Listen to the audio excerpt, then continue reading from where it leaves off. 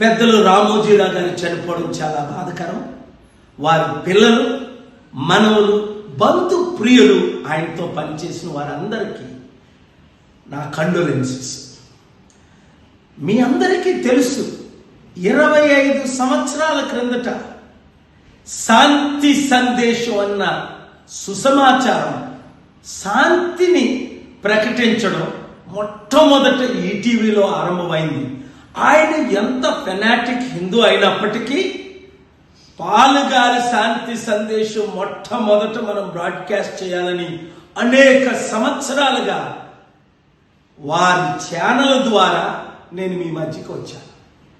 శాంతిని నెరవేర్చడమే పాలుగారి శాంతి సందేశాలు మతపూరితమైన కావు అని ఒక దృఢ నిశ్చయంతో ఆయన్ని గుర్తించుకోవాలి. రెండవది, గత సంవత్సరం ఒక విషయం గురించి నేను ఫోన్ చేస్తే తిరిగి 5 సార్లు వారు కాల్ చేశారు. నేను మీటింగ్లో ఉంటుండగా చివరికి మాట్లాడి ఆయన ఒక విషయం చెప్పారు. అది ఇప్పుడు చెప్పే సమయం కాదు.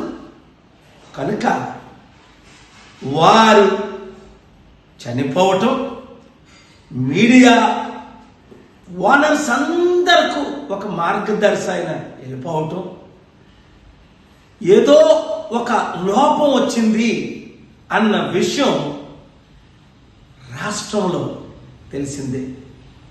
కనుక ఆయన కుటుంబానికి శాంతి కలగాలని ప్రార్థిద్దాం. అసలైన తొలి వెలుగు. ఫాలో వాట్సాప్ @తొలి వెలుగు official.